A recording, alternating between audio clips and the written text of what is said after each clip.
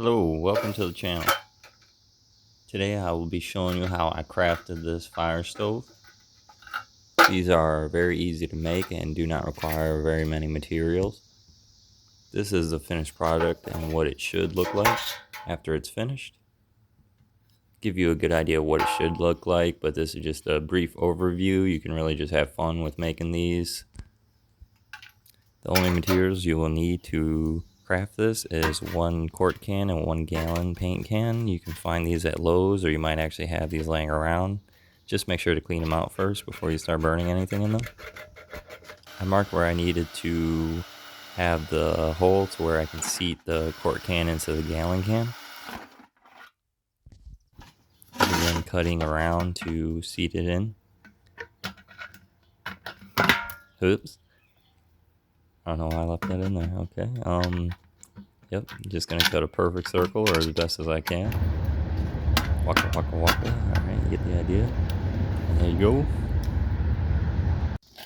Keep in mind you can use pretty much anything to puncture a hole in these. I tried it with the long nose pliers. And your results may vary. This seemed to damage the can a little bit, but it did functionally make a hole in it. You can kind of just pop the material back in place and try to make it look nicer. I tried again using a flathead screwdriver, and surprisingly it didn't just puncture through. This also did a lot of trauma to the can. And again, I had to widen it out with the needle nose pliers. What would work great is an ice pick, but all I could find is this food thermometer. And I don't know why I had this in my truck, but this actually worked really well. Didn't damage the can too much, and all you have to do is widen the hole. So if you don't have access to a drill, this is a nice way to make the holes. And there's a lot of drilling involved. This is the inner can I'm working on. The inner can, you really don't have to worry too much about how that is designed. Pretty much you just want to have as many holes as possible.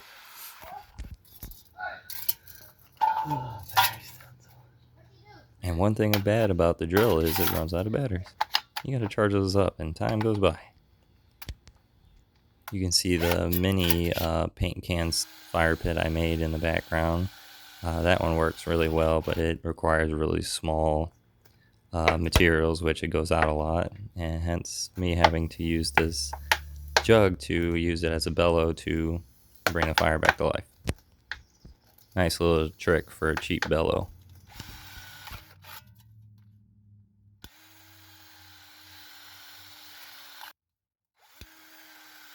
And now hopefully finishing up the holes on the inner can. Yep, there we go. You want it to look something like this. Pretty much Swiss cheese.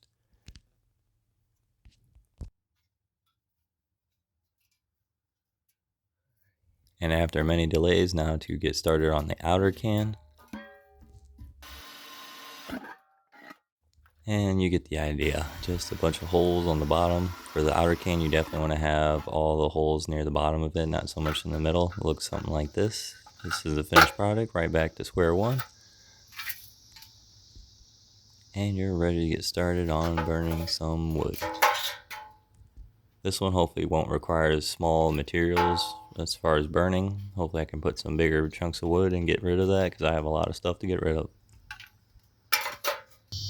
I had this pallet in my parking area that I really needed to get rid of. It was taking up too much space and I was tripping over it quite often. The smaller quart fire stove I made earlier just wasn't cutting it. The pieces you had to feed to it had to be really small, so I was hoping the larger one I created would be better at burning materials.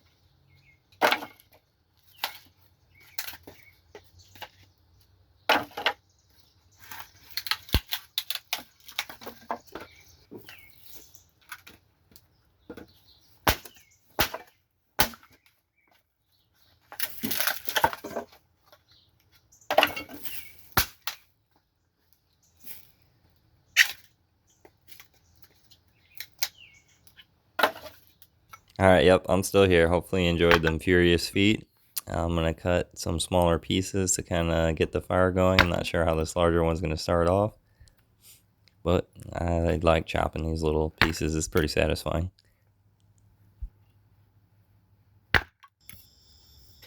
Alright, here we are, ready to start it for the first time, despite it looking terrible from the rain, rusting it out. There's really no rhyme or reason to how I filled this thing. I just kind of packed it in, small sticks at first, and then I just put some cardboard. Pretty much just kind of take a lighter to it once I actually put some paper towels in there.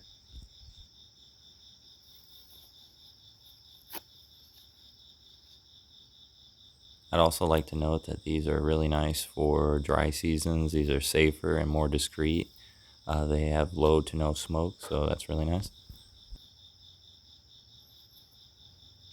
Once I got this lit up, it was pretty much like an on-off switch. As long as you had materials in there, this thing burned really well and really thoroughly.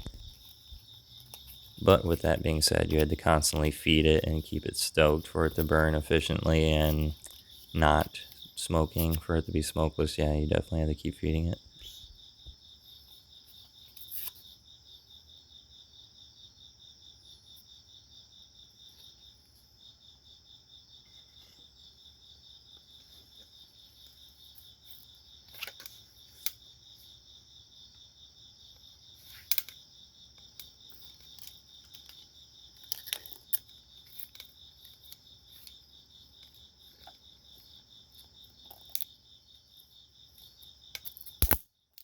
You can see some smoke escaping out the side from my awful cut. Everything's a learning experience. You know, you gain experience from the fails, and eventually things start tidying up a bit.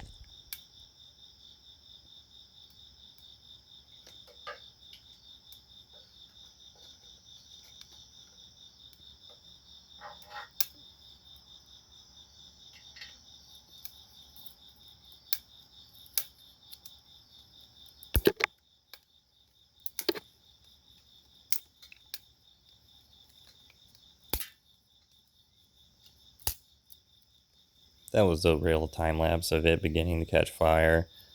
Some of the material is wet, but once this thing started to burn and actually catch fire, I would estimate that this was 1/1000th Godzilla's atomic breath as far as strength goes. In all seriousness, I was pleasantly surprised at how well this was working.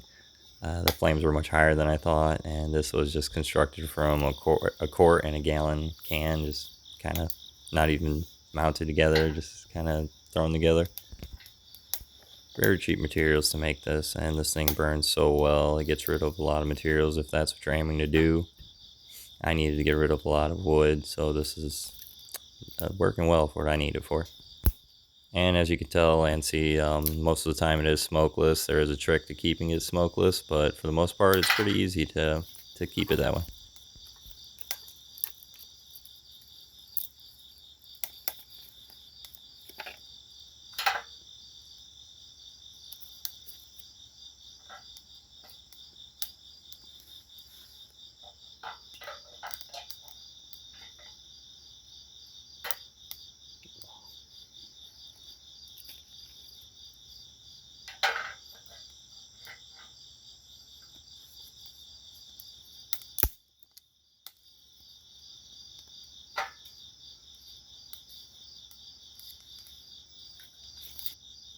So now I wanted to try cooking from it and see how well it worked.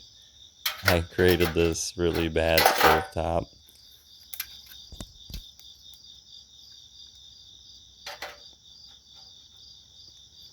As you can see, that does not look very stable, but I decided to put a pan on it later anyway. It worked great for a stack though. It really redirected the flames, and it was really spitting fire now.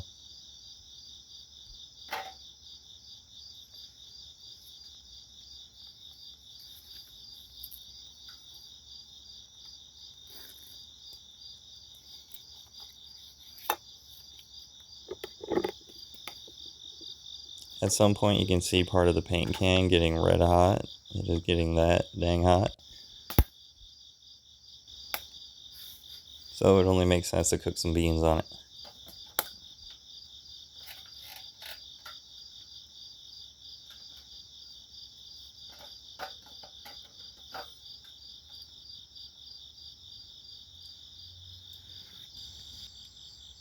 Well, that's about as stable as the state of the world.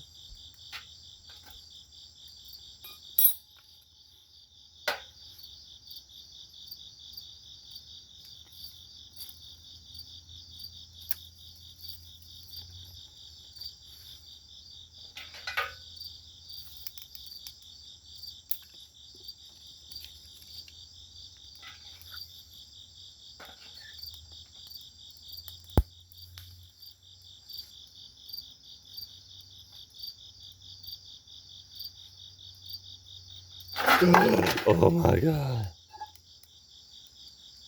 No, my green beans.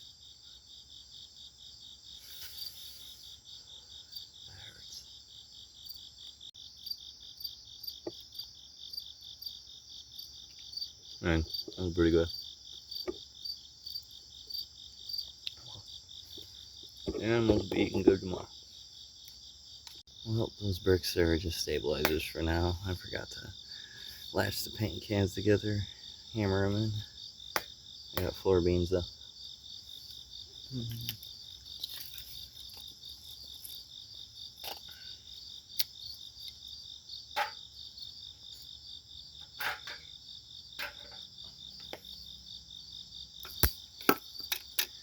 Can number 2.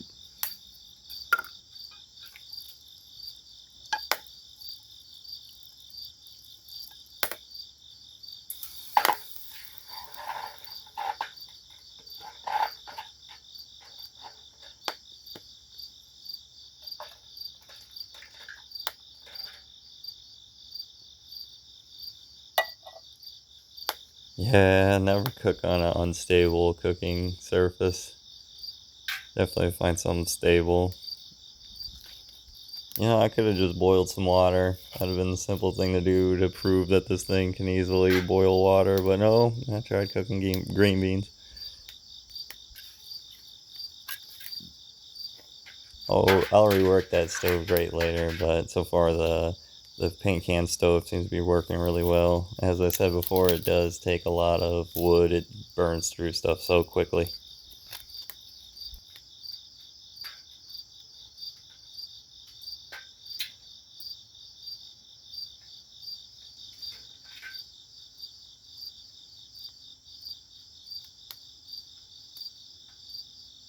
The stove began smoking whenever I put the pan over it, and it would stay lit, but it just started smoking really badly, and I wasn't about to hold this pan here all night. So I ended up adding extra bricks.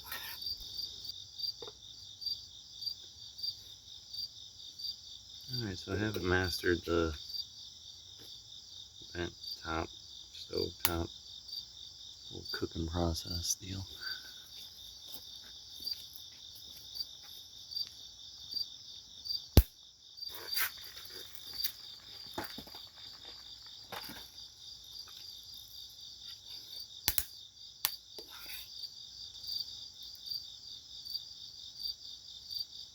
Once this ran out of material, just like the ending of Terminator 2, it kind of extinguished itself at the end.